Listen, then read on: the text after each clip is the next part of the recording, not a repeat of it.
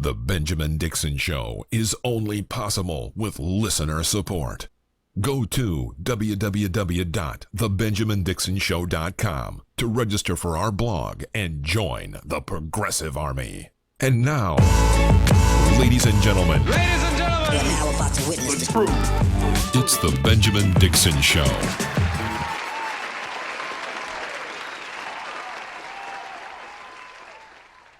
Welcome, ladies and gentlemen, to the Benjamin Dixon Show on this June 13th, 2016.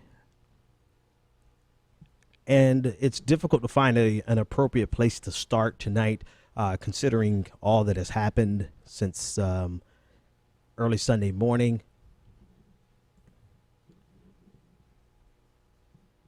But the first thing I want to do, if you would just indulge me, I want to read off the names of the victims. And there are a lot of names. And as horrible as I am pronouncing names, it's still worth the effort. So for any names that I mispronounce, I do ask your forgiveness. But I think it's important that we focus first and foremost on the families who have loved ones that are no longer, who will never come home again. Edward Sotomayor, 34 years old. Stanley Almodovar, III, 23. Luis Omar Capo, 20. Juan Ramon Guerrero, 22. Eric Ivan Ortez Riviera, 36. Peter O. Gonzalez Cruz, 22. Luis S. Vielma, 22. KJ Morris, 37. Eddie Justice, 30. Anthony Disla, 25. Jean Perez, 35. Frank DeJesus Velasquez, 50. Amanda Alvear, 25. Amanda was the young lady who had a video showing online just before. You could hear shots in the background. She was killed, 25 years old.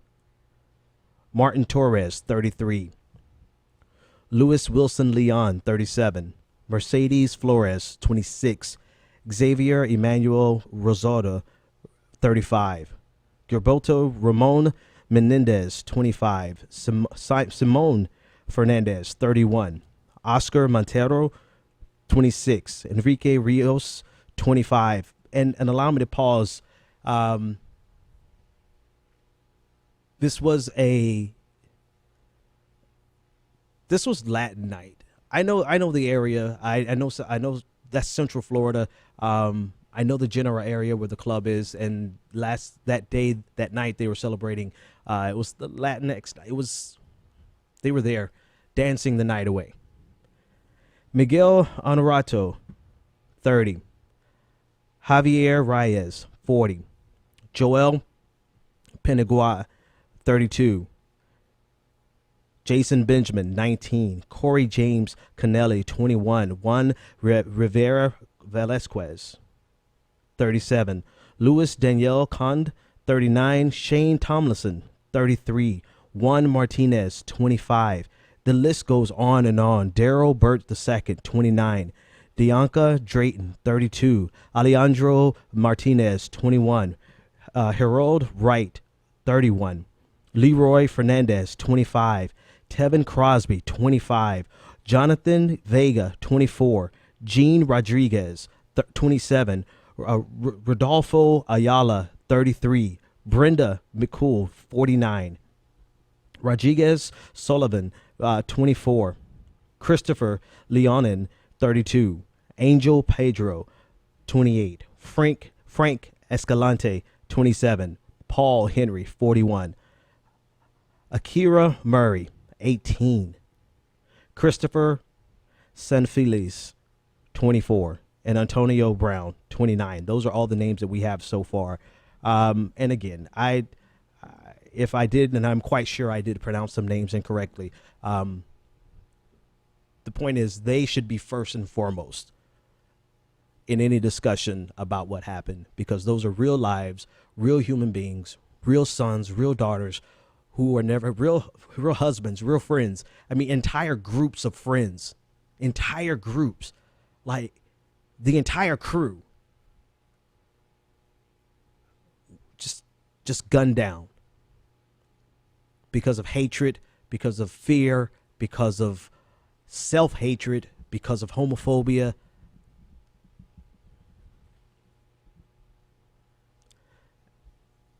And as much as I hate this phrase, I say this phrase that I'm getting ready to say out of the deepest and sincerest compassion that I have personally, also attached with the necessary actions that must follow. We've got to do something about this. But my thoughts and my prayers and my entire heart, my heart is broken for all of the families that have lost loved ones. The horrific stories, Eddie Justice, it jumps out of the pages off the page right at me. Eddie Justice, at the age of 30, he texted his mother he hid in the bathroom, and he was texting his mother, and then the gunman came into the bathroom, and he texts his mother again saying he's here, he's in here with us. And then the last thing he said is, "I'm going to die." And that was it. And he died.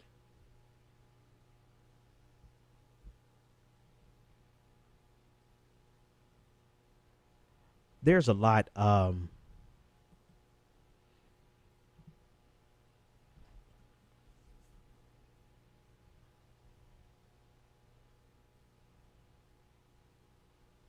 Sometimes we forget. We very quickly get into the painful and necessary conversations of what next? What do we do? How do we fix this? Who's to blame? Those conversations, I'm not going to say those conversations aren't necessary, because they are. But we do it so quickly that we forget the real human tragedy. The futures that will no longer happen. The kids that can no longer call their parents, and the parents who will no longer hear their kids' voices, and just every combination of that. I think the oldest person on the list was 50, Frankie Velasquez. Husbands that would no longer be able to speak to their spouses. So just take a minute before we discuss, because we are going to discuss all of the political implications, all of the political fodder, all of the dumb things that people have said. Those things are worth discussing, but not right now. Let's just take a minute and just be respectful of the tremendous human tragedy and the loss of life. So, I mean, I didn't plan this, but I'm going to be quiet for a second.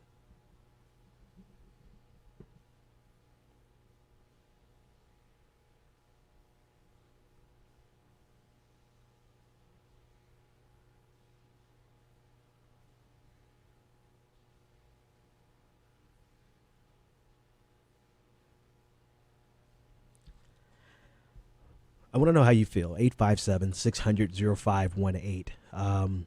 There's a lot to talk about. I'll be joined later on by Kieran Opal. She had just somebody I know on Twitter, right? She had some phenomenal things to say about the need for reform in Islam, the homophobia that is in Islam, and the need to have that type of reform taken outside of the context of the hatred and the xenophobia and the Islamophobia and the racism that comes from a lot of circles, particularly the right of America. So we're going to discuss all of that. Also want to discuss about the overreaction and the backdrop of the excuse me, of the shooter. Because it's not as simple. It's not as simple as everyone is trying, as most people are trying to make it. It's actually a very complex story, which most human life is complex. And it's not complex in the sense where we want to give this guy any type of excuse. Hope he burns. And this is one time I hope hell is real. Let the motherfucker burn in hell, right? We'll discuss all that, right? But first, focus on the families, then focus on the community that was attacked. It was the LGBTQ, to be sure, right? Everyone's trying to make it seem like it was America that was attacked, notwithstanding the fact that the LGBTQ community is America, right? They are just as much a part of America as the rest of us. But this was an intentional targeting of the LGBTQ community, period. And anyone who's trying to make this to be about just America and not the LGBTQ community is doing a disservice and a disgusting erasure of the people who were intentionally targeted.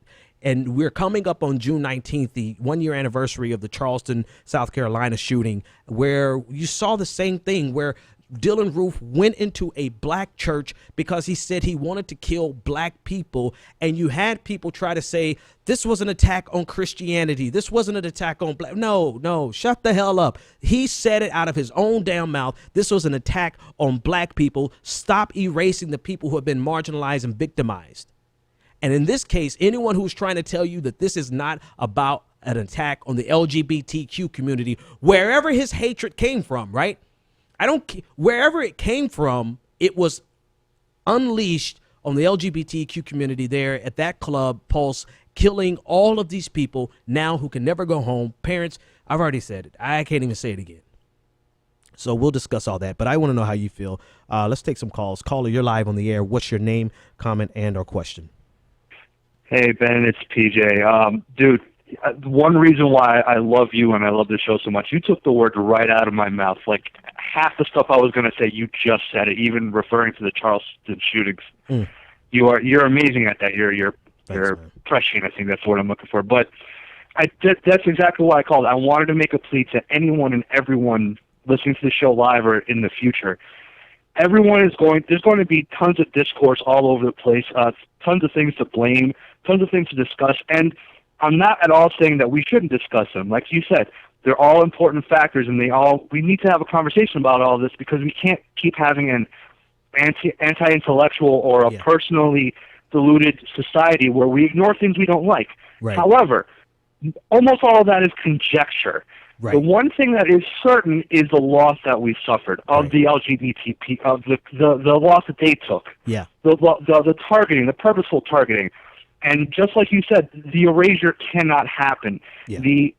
Because this is a community that has been marginalized from Jump Street. Yep. And even and last year's Supreme Court decision did not solve much of the hatred towards them. Yeah. You understand? Yeah. Some people do. There is ire towards them out of ignorance for some part of the country, but most people just don't like them. You can look it up online. There are plenty of people who are happy that this happened, or who are not sad for the victims. Unfortunately, and it is maddening, and it's not troll. And they're not trolls either. These are people that really believe this. Man. So. Real accounts, people with followers, right? Not egg trolls. Like I'm just people on Facebook and people with real friends are expressing solidarity with this massacre because of the community it happened to. And then we have people trying to erase the fact that it happened to this community. It's disgusting to me, man. Exactly. Hold on. I just want, before I go, I want to, the reason I bring this up, because is the one thing that I'm afraid of that has happened time and time again, and it's related to what you mentioned about the Charleston shooting with it wasn't a black thing, it was a Christian thing. All these people, all these anti-LGBT legislators that have been pushing these bills, that anti-gay bills, anti-trans bills, they're going to say, oh, it wasn't due to homophobia, it was due to Islam. So because of that, they're not going to be held accountable for their own actions against gay people. They're going to point to what they perceive as a bigger problem towards them, towards the gay people, towards the community in general. And that cannot happen. I understand we have to address this issue of how the LGBT community is addressed by countries on the other side of the planet. However, that cannot stop us from progress here. That cannot stop us from stopping the abuse here. And this whole thing is going to be a big red herring, and that's all I'm afraid of. So, if you're watching this, just please don't forget about the real community that has always been attacked, not just by words or not just by policies, but by fists, by being disowned, by violence, by mortal violence. Yeah. Don't forget them, please.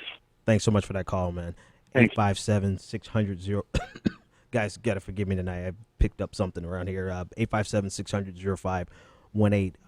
So yeah, that's PJ actually hit on something that I actually had a conversation with one of my coworkers. The reason they are making this about Islam, notwithstanding the fact that this guy shouted Allahu Akbar and pledged his allegiance to, said he was a part of Hezbollah and, pledged his allegiance to ISIS at the same time, which is problematic. We'll discuss that. Notwithstanding the guy intentionally tried to show that this was a part of Islam.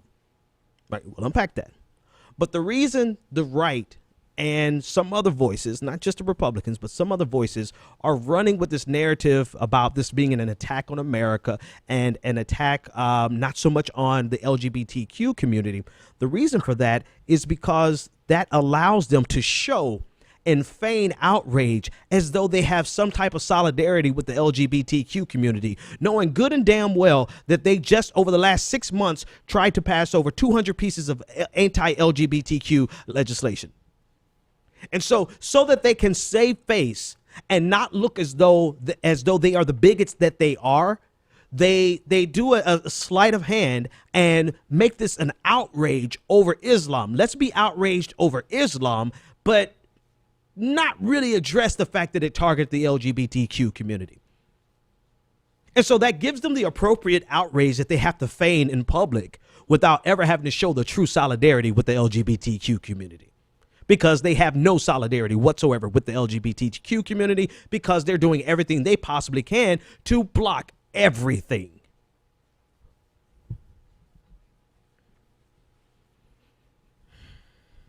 Doing everything possible to marginalize this community even further.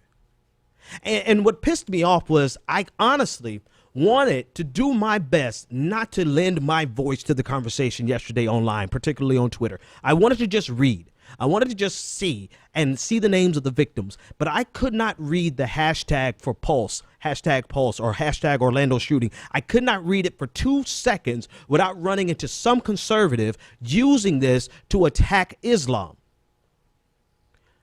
Instead of us, even, and this is like 7 in the damn morning.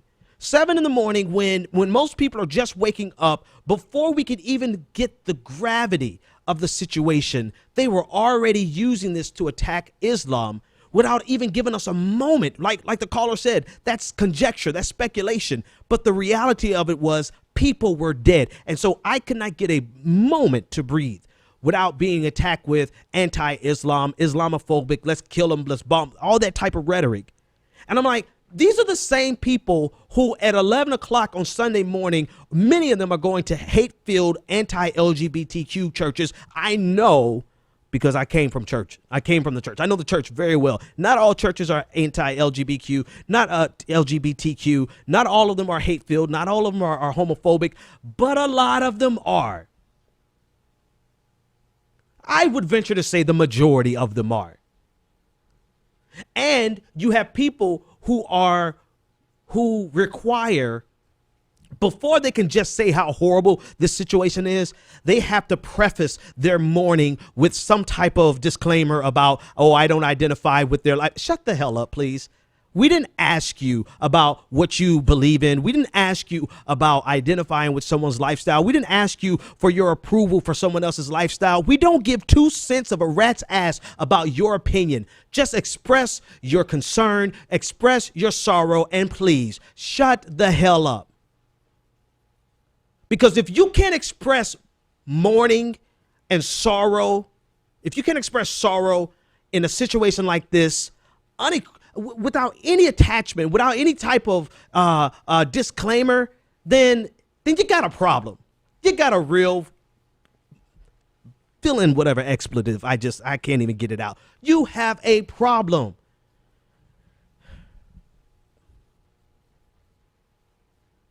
And so the religious right, the conservative movement, and some Democrats, it's not just Republicans. Nothing is ever just Republicans, by the way. So you have Democrats who do the same damn thing. You have the people who want and need to feign outrage or to express outrage because it was a horrific event, but they can't quite pull themselves to just be in solidarity and mourn for the loss of life in the LGBTQ community. And so what do? They whitewash it and make it all about Islam. Everything is about Islam today because that is the only licensed enemy with which they can be angry. And the only victims with which they can identify are just Americans. And I heard some idiot on TV saying, let's just drop all the hyphenated Americans, please. Let's just drop you over in a ditch somewhere and please never get back on television again. Caller, you're live on the air. I don't think I'm going to make it through the show tonight because the more I think about it, it pisses me the hell off. Caller, you're live on the air. What's your name, comment, and or question? It's Scotty from Columbus. Scotty, my dude, what's on your mind, man? Not much. 2016 has been a real crazy and eventful year. It's really, you've seen, it's really exposed a lot of things that, a lot of us don't want to come to grips with. That, sometimes you lose your faith in humanity, but when you see stuff like the 600 people lining up to give blood, it really does, hit home a little bit more. The only thing, I'll say a couple things. One, I was seeing a lot of stuff on Facebook about people saying that they were sorry about what happened, but they kept saying, well, let's remember Tulsa, Oklahoma, let's remember Rosewood. And it's like, I think people already remember that. It's like, people remember those events, but this shit just happened yesterday. Yeah, like let the LGBT community mourn, like for real. Nobody's doing oppression and tragedy Olympics. What the fuck is wrong with people? Bruh, I have no idea. It is an Olympics, and it's always this thing about it's a distraction. I know when we said Tulsa, right? We're talking about the Tulsa race riots, right, or the Tulsa race massacre. Yeah, Black Wall Street. Black Wall Street. I know exactly the group you're talking about, bro. I know exactly everything to them is a distraction. Yeah. If we take a second to mourn with the LGBTQ community, then all of a sudden, we're being distracted from the man trying to pull. Shut the fuck up for a minute and let the reality of the scenario sink in that there are 50, I believe, actually I saw an updated number that it was 49. So it's 49 or 50 people dead. And you can't take a second. Let's say it is. Let's just peradventure this is a distraction. You can't take a second to be distracted by the fact that 49 or 50 people are dead. Then you have a serious problem, man. I know exactly the group of people you're talking about. See, I felt good for a second, Scotty, but now you made me mad all over again, man. I'm sorry, man. I said the last thing I want to say is, and I know some of us were doing this, and I don't think we mean to say it, but it's like, it's sort of like it's the same thing we did during 9/11. We're saying, well, we're not going to allow this to change the way our life is and this, that, and the third. We're going to live on. And, and that's a great thing to say, but why are we able to live this way is because, our policy, our economic policy, and our foreign policy it actually allows us to do it. And in the end, it ends up hurting other countries by this. Yeah. So, we say these things, but in a sense, we in a sense benefit to be able to say things like that. Yeah. And, I just want to say, rest in peace to the victims and, live every day like it's your last, and, that's all I got to say. And thanks, man. Thanks so much for the call, man. 857-600-0518. I'll be joined momentarily by Kieran Opal. Let me just do this, check an update really quickly. You can join the conversation, please do, or you can tweet me live at the BPD show.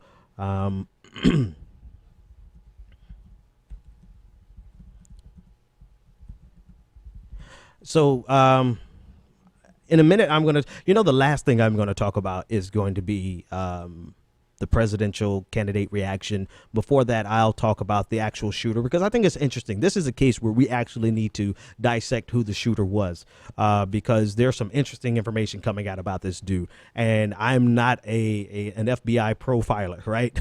But 2 and 2 equals 4 in my world. So we'll take a look at who and what he was, and some of the possibilities that could have led to this type of tragedy. Not only that, I want to talk about somewhere in here. I need to talk about Hillary Clinton and her donor. That news did come out on Thursday, and we don't want to miss that. All right. So while we do that, let me do this. Here we go. I want to pull up a couple of more details about the shooting. Also, yesterday was not just Orlando, but there was potentially the same type of tragic event getting ready to happen in Los Angeles. A shooter, James Wesley Howell, was arrested en route to the Pride Parade. And okay, I'm sorry. It just dawned on me again. This happened on Pride weekend, right? Pride celebrations all over the country. And yet people still want to try to erase the fact that this was about hatred towards the LGBTQ community. But I digress. James Wesley Howell, his image is on your screen now. He was arrested on his way to Pride weekend in Los Angeles, arrested with guns and explosive devices, and taken into custody, prevented a tragedy. I don't know which way, other than to say that this is a very targeted community for violence, because in many ways, I mean, it's not just it's hatred from a lot of different directions. It's hatred from religious circles. It's hatred from just bigoted circles, people who are not even that religious, who don't agree with this lifestyle. It's hatred politically, right? And it's not just hatred, but it's also the use of this group as a means of galvanizing a political movement. You have to understand that the entire religious right faction of the Republican Party was galvanized around two key issues: opposition to LGBTQ rights and opposition to abortion. Those two facets of the Republican plank brought in an entire group of voters circa 1979, 78, 79. They started galvanizing the religious right, and that entire block of voters helped elect Ronald Reagan. And so you have to understand that this is a group that must be fed on a regular basis some idea about the sinful nature of the LGBTQ community and the things that America must do to block the LGBTQ community, and the things that the LGBTQ community is taking America to hell. This type of rhetoric is pushed not only in pulpits, but from political leaders. So it's a political homophobia as well as a religious homophobia that does not just exist in Islam. It also very much so exists in Christianity. And so I apologize to, some of you may not know, most of you do. I am a Christian, but I'm the type of Christian that sees my failings and my shortcomings and my problems first. I'm interested in fixing me. I don't have 2 seconds worth of time to worry about somebody else because I've got my own issues that I want to fix. That's the type of faith that and not just dwelling on me doing so wrong, because I'm not that bad of a person. I also dwell on me and just simply how I can be a better human being. That's what I use my religion for, is how can I be a better human being, right? Then you have the rest of us who look and use religion as a bludgeoning tool to try to make other people submit and just be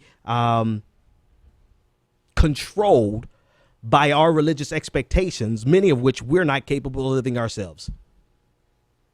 I don't have time for that.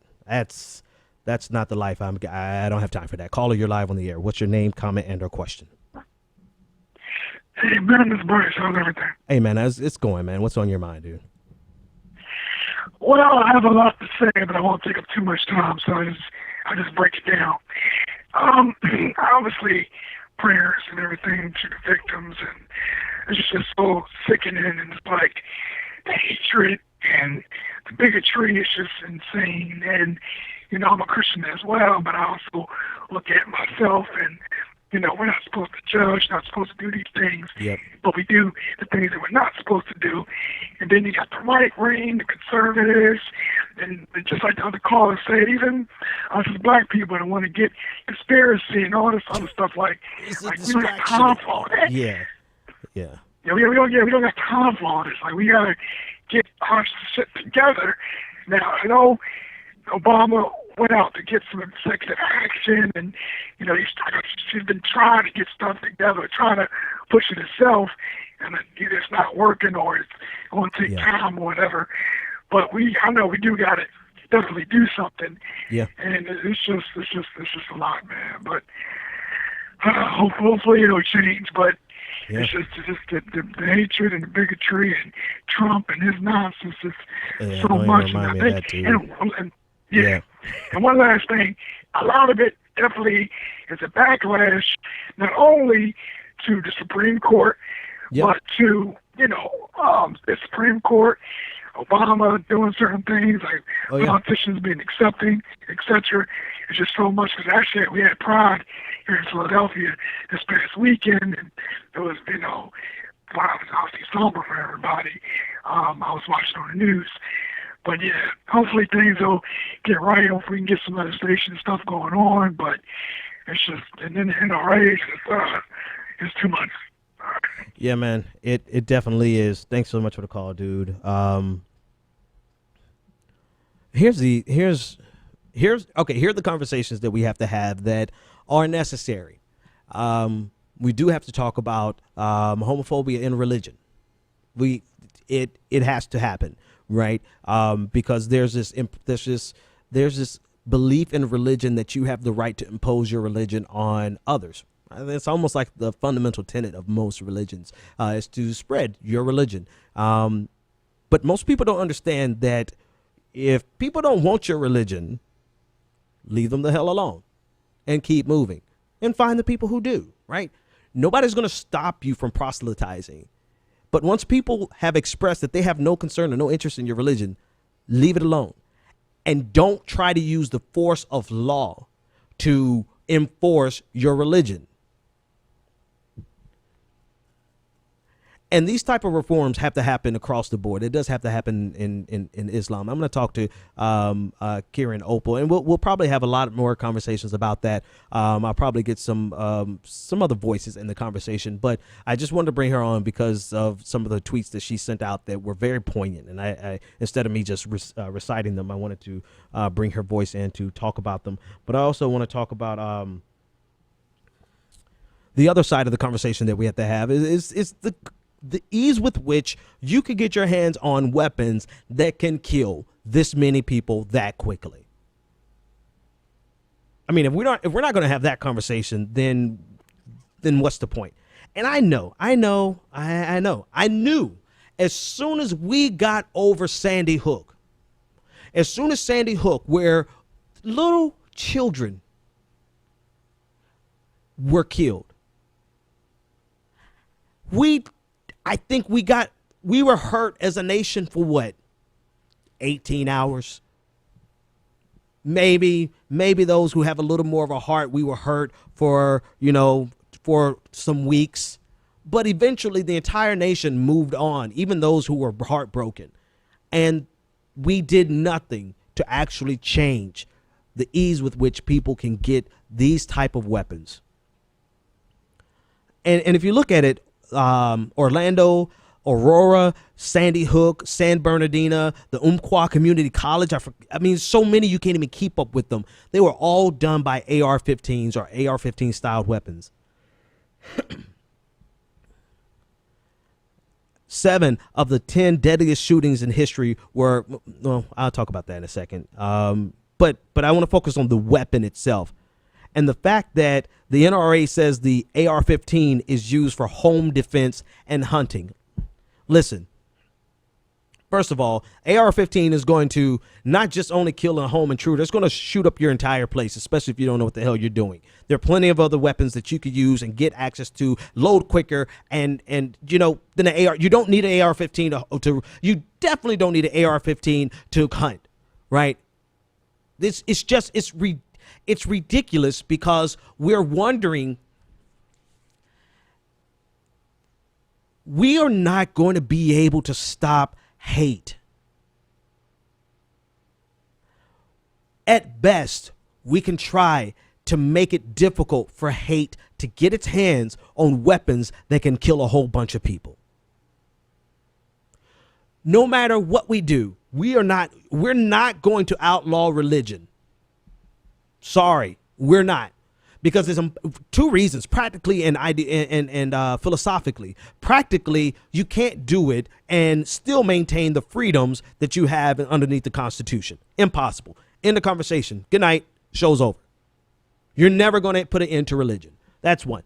Two, you can't possibly purge the earth of hate from religion without actually becoming the same monster that you want to purge the earth of. You can't. You cannot possibly get rid of religion without becoming worse than religion. So, and hate is not limited to religion. We can probably argue about this for years, but hate did not originate from religion. Hate is a part of the human condition. It will always be here. Twisted evil ideologies will always be here. People who want to cause harm and mayhem will always be here. And the thing that we keep neglecting in these conversations is how can we minimize the type of damage that this type of hatred can inflict? But we never have that conversation because the most sacred amendment in the United States is the Second Amendment. I believe you have Christians who will put down their freedom of religion just so that they can get their hands on a damn AR-15. And the way I know that they're willing to sacrifice the freedom of religion is because they're willing to consider rounding up Muslims, even if they're U.S. citizens. They would rather think about that. How can we implement that and try that despite the unconstitutionality of that entire concept, but would never even consider banning the AR-15?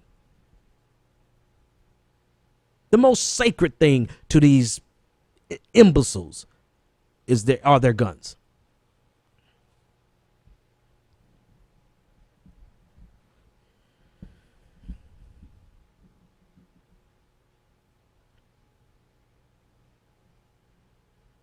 So for everyone who's saying your thoughts and prayers, if you are making it more difficult, listen, this guy, I'll talk about him in a second.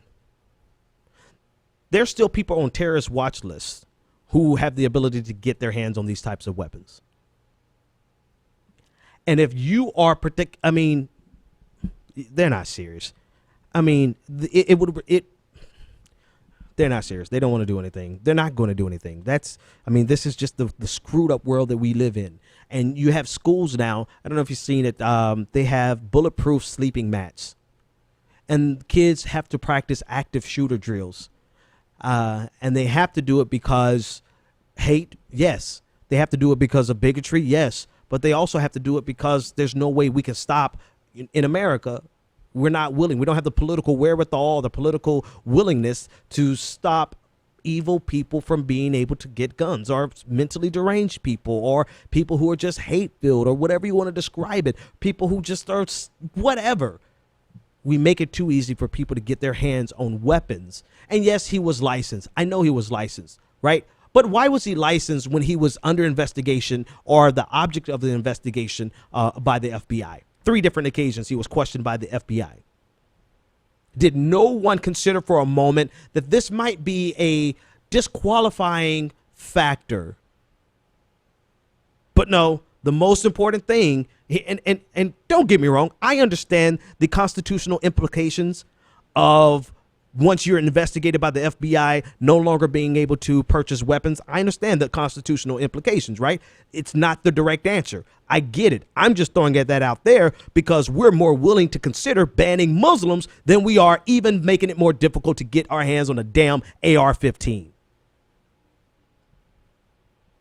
So if you're going to talk about the unconstitutionality of taking someone on the FBI watch list or the terrorist watch list or someone who's been questioned by the FBI and saying you're no longer qualified to get your hands on an AR-15, which to me makes perfect sense, even though it may be questionable constitutional wise, if you're not willing to consider that, then how in the blue hell are you willing to even consider banning someone just because they are Muslim? Unconstitutional is unconstitutional. All right, let me see if I can get caller, you're live on the air. What's your name, comment, and or question? Hi, Ben. This is Vita from San Leandro. Hey, how are you? My thing is that I believe that if it's a car, whatever the gun is, a gun is a gun. If someone wants to kill somebody, they're going to kill them. So I believe that the issue behind that gun thing is, like you said, is the hate. Mm-hmm. And America was built on hate. Yep. And still, if you have people that still just hate someone because they look different or they practice a different religion, and it's embedded and taught in the schools every day, in the public sector and on TV, the media, and the first thing I said before, as soon as it happened, I said, I bet you, because he has a different sounding name, they're going to tie him to be a terrorist. Mm-hmm. And that he's and then also the next thing is going to be his religion. Yep, exactly.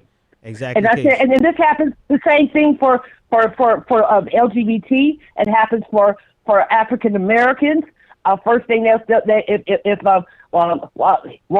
he had just listened to the office, if he just had to follow directions, or then if that doesn't work, then he's dead. We got to invest what kind of family life and what kind of parents did he have, And they put the victim up on they'll investigate the victim. They did, it's just so unintelligent that we have people that do this constantly, and then they pretend like they're so fair and intelligent, and they do this shit all the time. All the time. That's all I got to say. No, it's all good tonight. I mean, I can't manage the rest of this show without cussing. I apologize. 857-600-0518. Yeah, you're absolutely right. It's hate that's built in to, and it's built into the United States of America. It's in our psyche. It's in our system. It's in our blood.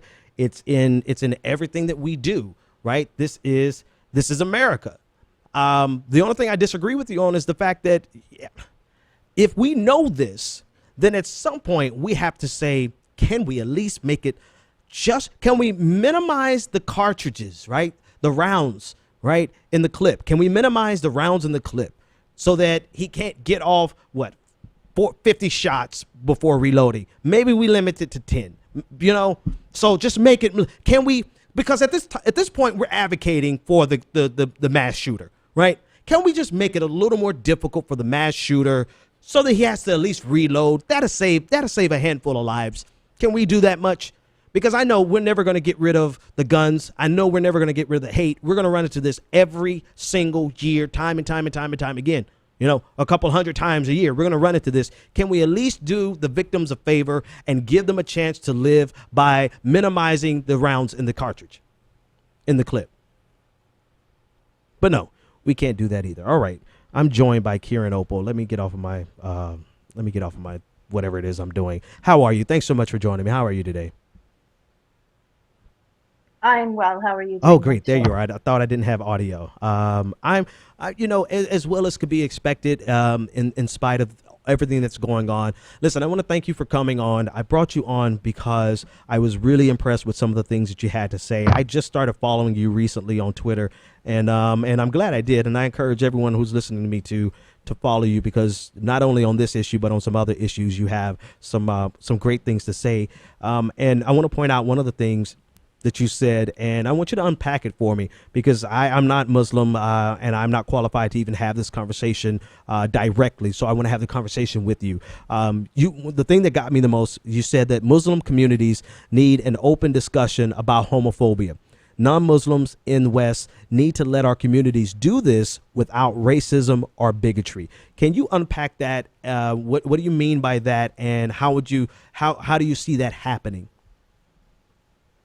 Sure. Yes, that has been the crux of a lot of what I've done in my activism, um, and basically what I mean by that is that, like every community, every religious community, every racialized community, there are obviously conservative, more sort of traditionalist factions that are within each community. We have that in Muslim communities where I grew up. I was born in Pakistan. I grew up there, and I grew up in the diaspora in the U.S. And in Canada. So I've seen Muslim communities both in a Muslim country where I was born, as well as in the West, some of the communities that I grew up in. And there is a sense of, we have to preserve our traditions. There's a certain, and this is in all immigrant communities as well. So none of this is unique to Muslim communities. But since we are talking about Muslim communities at this point, and I'm from a Muslim community, I wanted to bring that up at this point, especially with this horrible incident that happened, this massacre in Orlando, which actually I used to live in that city. And my point with that tweet is basically that there needs to be a real, open, frank discussion about homophobia. And there is this sort of ambient homophobia. Now, I'm not saying that all Muslims are homophobes. What I'm saying is that there is a certain sense that it's prevalent in a lot of Muslim communities that homosexuality is just something that is sort of a Western idea, or that it's a sin, which is also something that is prevalent in some Christian communities as well. So what I want, but there's not really much in my experience and from what I have seen in actual everyday sort of pockets, of Muslim communities all over the U.S. and Canada. There isn't, I think, a whole lot of this kind of conversation happening inside mosques, inside community centers, where these things should be discussed. And as a result, a lot of people are having to stay in the closet. A lot of people are having to live double lives, or lie about themselves, or pretend, or even get into sort of marriages of convenience type things. I've been through a lot of these experiences myself, growing up as a queer person. So what my point is that these conversations need to be had, and at the same time, what happens is when, for example, on Twitter, let's say if we are having these conversations in public in any way, whether it's somebody, a stand-up comic who's making a joke about their homophobic parents, like there's a great stand-up comic named Sabrina Jalise, and she's a lesbian, and she's half Pakistani, and she's really funny. A lot of her jokes have to do with, her coming out or staying in the closet and this and that. And it's really, but some of that stuff, when she's critical about it, about her family or her community, or how the homophobia sometimes plays out, sometimes some of that is used as sort of part of a narrative that, oh, Muslims are like this, or Muslims will never be like us. And this I'm talking about by right-wingers, by conservatives here in the West. So my point with that second part of that tweet was that we need to be able to have these conversations, whether it's through on Twitter, whether it's on Facebook, whether it's in the media, through books, through movies. We need to be able to talk about the issues that are in our communities, good, bad, and everything in the middle, without having to feel like we're constantly under siege, like we're constantly being blamed collectively for anything that happens by some deranged individual. And I think that we really need to fight on these two. Someone like me has to fight on two fronts. We have to fight homophobia within Muslim communities and Islamophobia outside of it. So it becomes a very tricky tricky thing to do. Yeah, I find myself in a similar fight where I have to simultaneously fight the bigotry and Christianity that I know is there. and I'm fighting it on a regular basis. And I'm like, I'm so tired of Christians being as bigoted as we are in so many ways, but at the same time, I find myself having to fight to be like, okay, but we still have a right to be a Christian, right? We still have a right to be religious. This is our, I have to look outward and inward. So I identify with that dual front battle that you have. Let me dig in a little deeper, and I want to ask you from a liberal progressive perspective, do you ever get tired of liberals trying to protect Islam so hard that we don't even concede or give voice to the fact that there is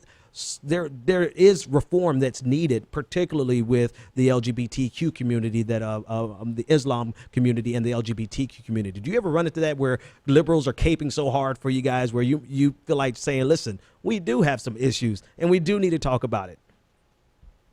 Absolutely. This is, I want to say there's actually that third level of, where we deal with, I work with a lot of people, and some of them call this idea cultural relativism, where the sense that, well, that's your culture.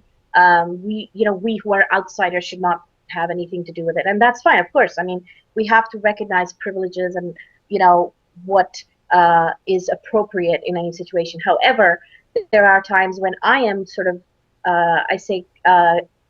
there's somebody who's trying to explain to me, my own background or my own situation. And this does happen all the time where, yes, some non-Muslims, white people especially, tend to become very protective. Liberals become, they go in the opposite direction too much, where they become super, super protective. And even if there is a obviously misogynistic or homophobic or something going on, and I or somebody else like me who is a progressive or a queer person, or who's trying to challenge that within our community, sometimes we'll actually get pushback from non-Muslims who are trying to protect us, from who are trying to protect our communities from us.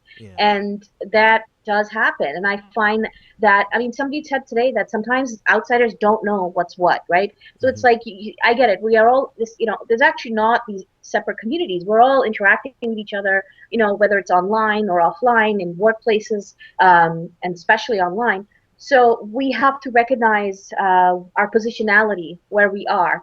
And I tell people that the best thing to do is to boost, is to first of all listen. When you're not from a certain community, just take the time to listen, right? Yeah. And then find those voices that you see having integrity and having consistency, that you can, that are sort of on the same wavelength as you. And you might not agree on everything, but you could try, and you can make relationships, have friendships, and over time, maybe give them platforms, boost the voices of the people. When I want to, I'm not trans, but there are things that my trans friends might say that I might boost. Yeah. I might help them amplify their voice, but I'm not going to speak for them, And so things like that, I think that does happen, where liberals do sometimes get overly protective or cultural relativistic, where they just they want to police the borders of what I and others who are from that background can do.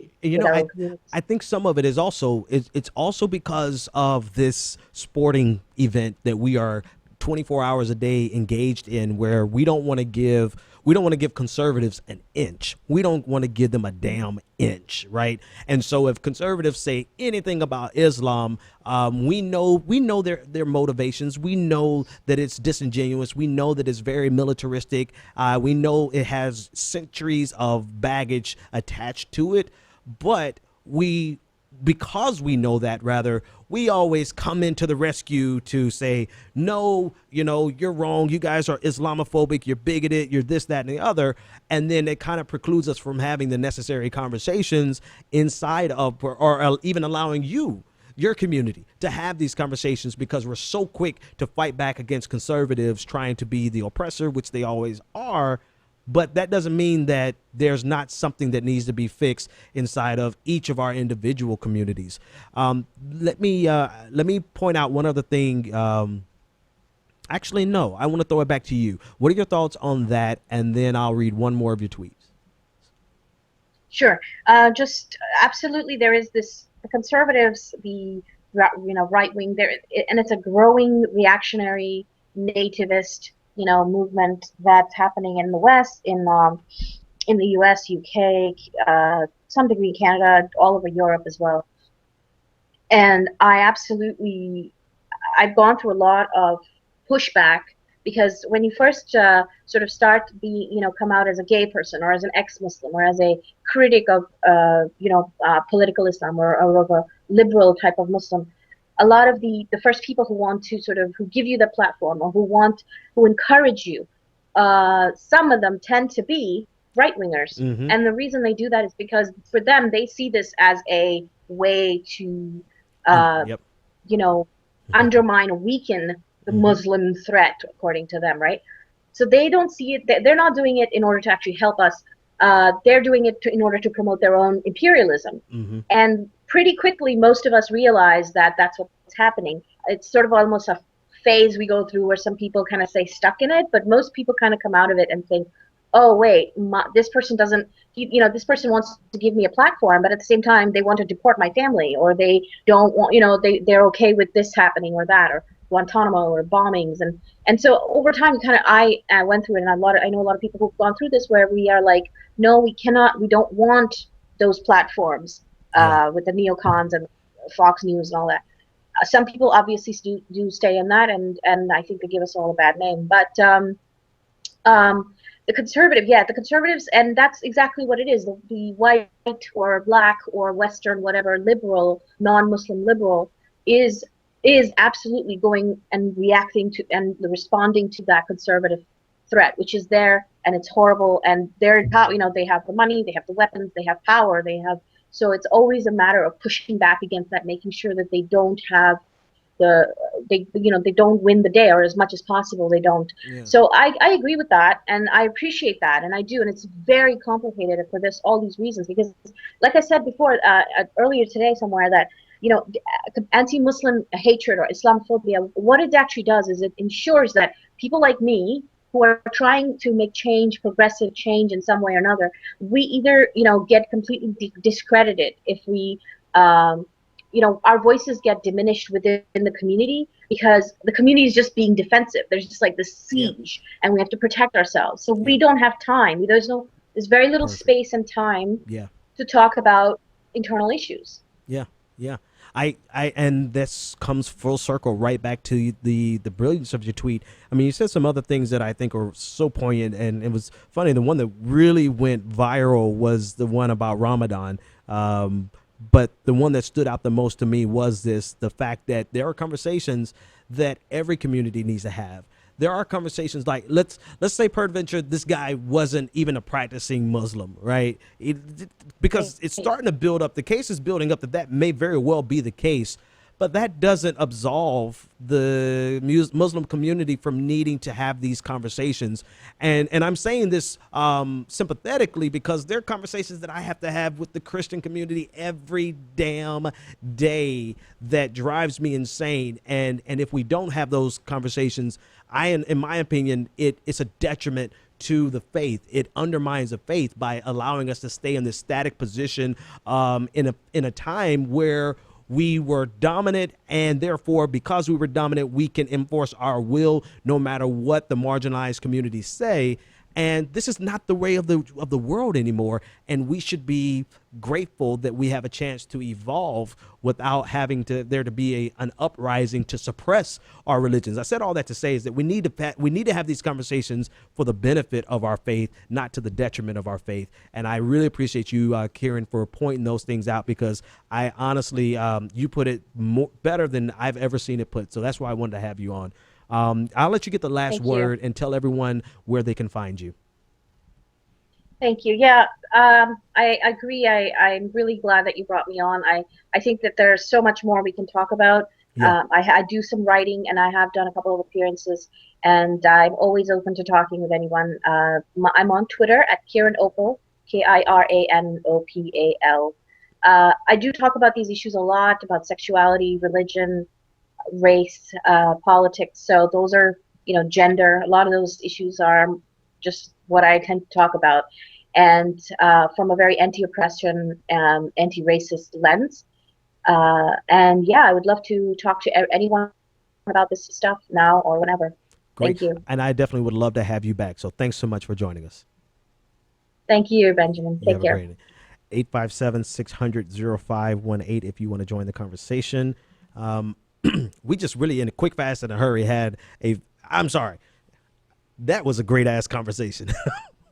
That was a great conversation because I don't think I've online or even television or in print have heard that type of conversation about the necessity for reform, but in the context free from racism and Islamophobia, so that we can actually take a breath to have this conversation. Because as long as we are constantly bombarded with attacks from the religious right, from the conservatives, or wherever we're being attacked from that day, we have to take all of our energy to fight off those attacks, and none of that energy is used to look inwardly. And without that inward gaze, we'll forever think that our shit doesn't stink. Sorry, I guess I could have said it more more beautifully, but I am not feeling like that tonight. 857-600-0518. Also, Orlando has been rocked this weekend, and it is unfortunate that that the 22-year-old former Voice star Christina Grimmie, she was shot and killed on Friday night, if I'm not mistaken. Friday going into Saturday. She was having a concert, and then there was a meet and greet at the end of the concert. There was a gentleman who drove, specifically had no previous engagements with her, no previous interactions with her, was just a deranged quote unquote fan, and he drove to this meet and greet with two weapons and killed Christina. And her brother wrestled the gunman down to the ground, at which point the gunman killed himself. And this happened in Orlando on Friday night going into, and it's really, I don't know, how do you not see the human life that is lost? 16 hours, well, at least from the time that I saw the video, she had posted a video inviting everyone out to come and see her in Orlando, full of life, full of energy. And, a few hours later, she was gunned down in Orlando. So in the midst of the horrific tragedies of this weekend, we don't want to let that one slide under the radar because it was because of the numbers. It's still a tragic loss. What's wrong with us, man? And I don't only ask that in terms of mass shootings and violence. I also ask that in terms of America and our willingness to go to war so cavalierly. We're just so willing. We're so quick to go to war, which brings me to Donald Stump.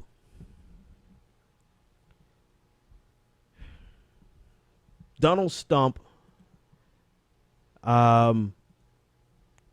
This was his reaction. Yeah, I'll give him some airtime. Why not? I'll give him some airtime because this is more and more of a reason why. Anyway, I'll keep that one to myself for now. So Donald Trump says, I appreciate the congrats for being right on radical Islamic terrorism. I don't want congrats. I want toughness, vigilance. We must be smart. So he couldn't. Anyway, Donald Trump. The reason I put that on the screen is because, unfortunately, as ridiculous as this tweet was, Donald Trump has set the tone by which Hillary Clinton is acquiescing. She's living up to the tone of Donald Trump. Donald Trump is speaking in terms of boosting our attacks on ISIS because of this event in Orlando, committed by an American citizen. We should now up the attacks and the bombings, the airstrikes on ISIS. And Hillary Clinton, I guess because she has a need to, no, I'm not going to blame it on her feeling the need to be tough. I'm going to blame it on the fact that I think she genuinely believes what she is saying at this point. So she has also said that we need to up our attacks on ISIS. She's also gone as far as, and I want to put this on the screen as much as I can because I didn't do my pre-production the best way possible, but it is what it is. She said that she wanted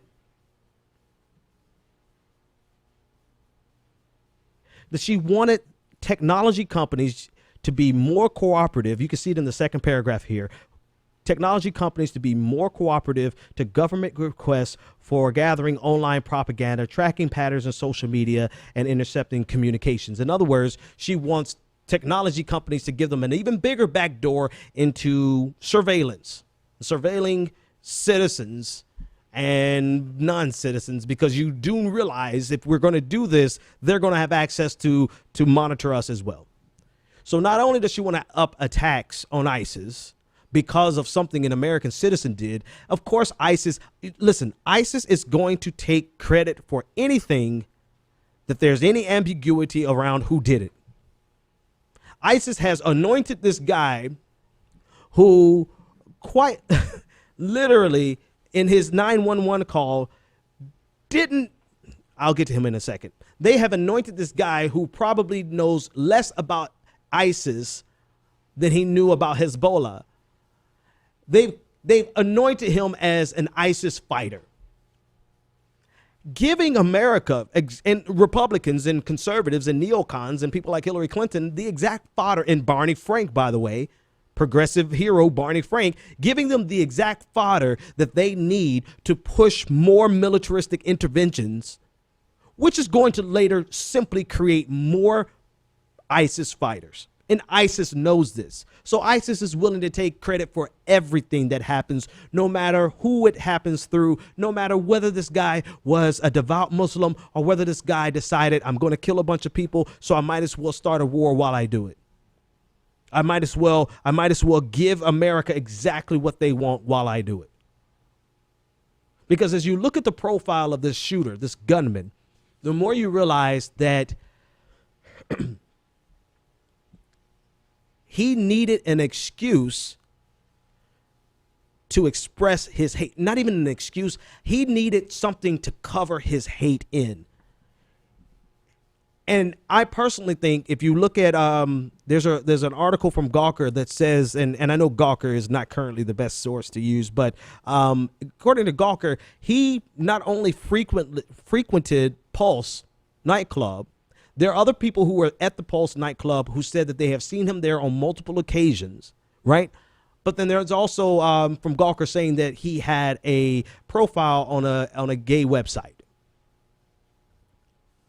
Now, I'm going to do my best to have this conversation without being offensive whatsoever, because, I feel like it's a shame that someone cannot be who they are. And people are brought up in religions and brought up in communities and environments that make them hate themselves so much. They hate themselves so much that instead of being in an environment where they can be comfortable with who they are, they begin to hate who they are.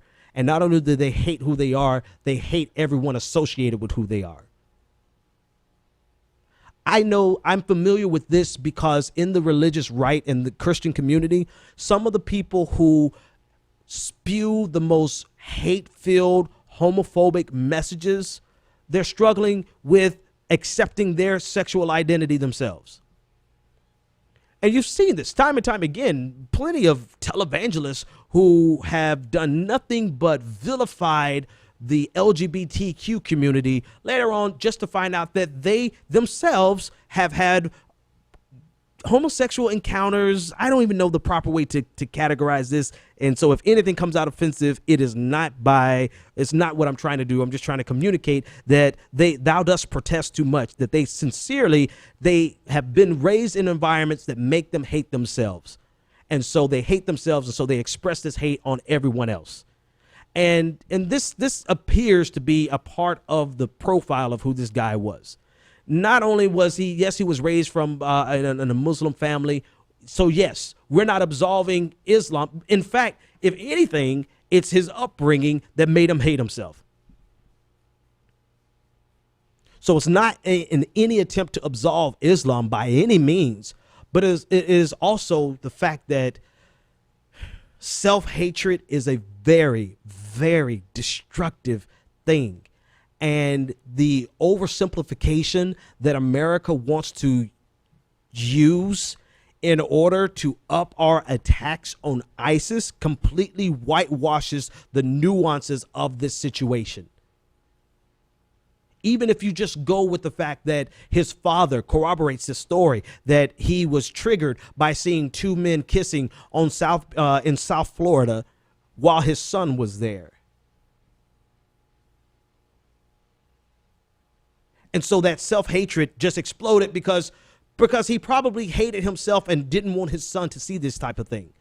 You see how it just compounds? And so I'm only saying this not in any means to identify and connect with the shooter, absolve the shooter, or absolve Islam. I'm pointing all this out because America is really good at doing one thing: whitewashing and oversimplifying a situation so that we can have our own political ends. And the political ends that are coming from Hillary Clinton, Donald Trump, and a lot of other leaders is the pounding of war drums to increase our attacks in the Middle East against ISIS, which I am personally all for destroying ISIS for many reasons. But I also know that the way that we do things in the Middle East actually helps ISIS. We create new terrorists every single day.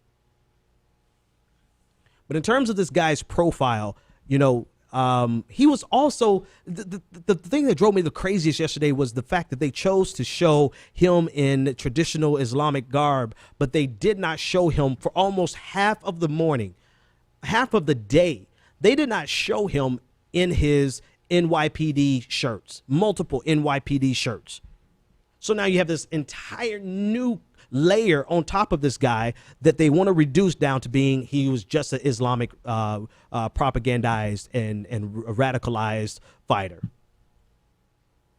On top of that, his ex-wife has come out and said that he was bipolar, that he was very violent, and that he was at some days good, some days bad. And so now you have mental illness that plays into this as well. And again, I don't personally give two rats ass about this bastard, right? Somebody probably should have before this happened.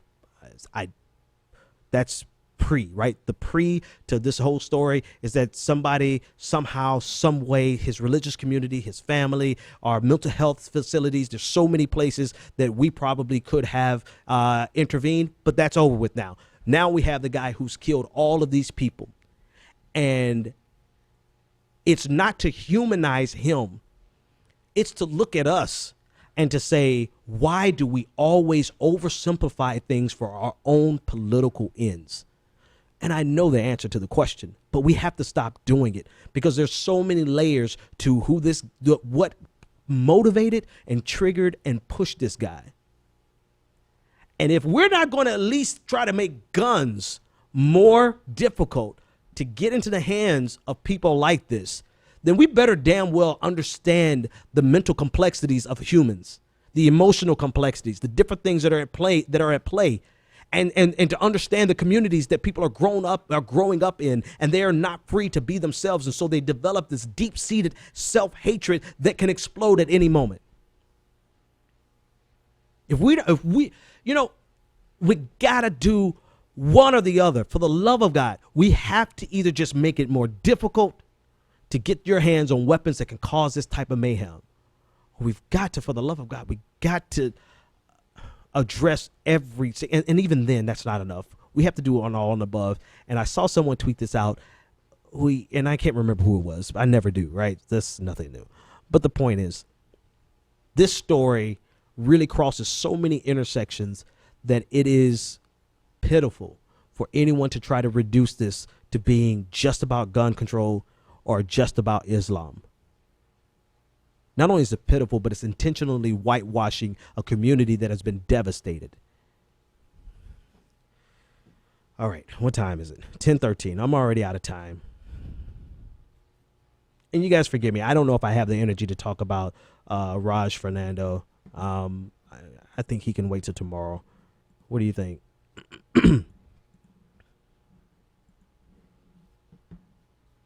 My producer said, BPD, I don't know if you drove or took the train, but it's 10:07, and that was 7 minutes ago. Let me make sure I crossed all my... Okay, so this is breaking news, and I'll get more information on it, and I'll address it in depth tomorrow. But Paris policeman and wife were killed in a possible ISIS-linked terror attack. French policeman was stabbed to death in Paris. The officer attacked outside of his home in Mangreneville by a man who shouted slogans, then took the officer's wife and child hostage. Trying to find more information for you.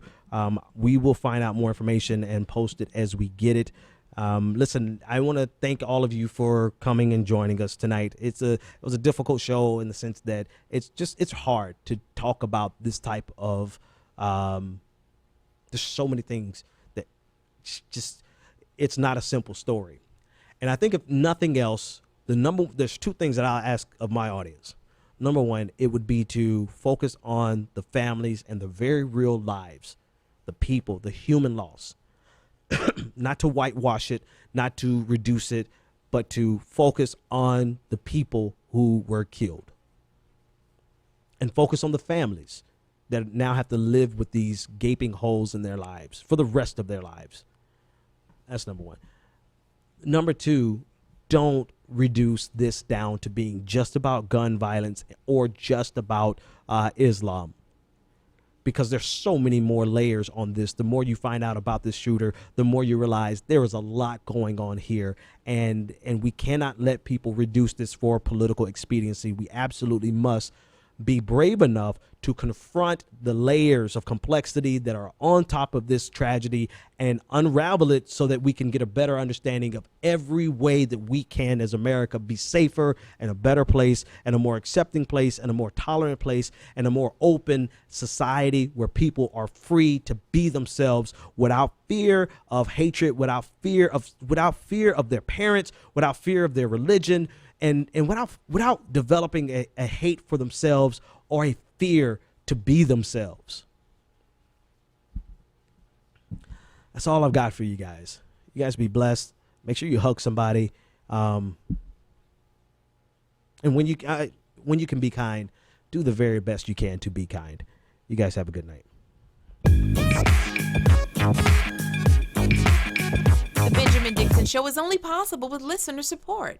Go to www.thebenjamindixonshow.com to register for our blog, join the Progressive Army, and support The Benjamin Dixon Show. It's Ben Dixon! If you like this episode, be sure to share, like, and subscribe.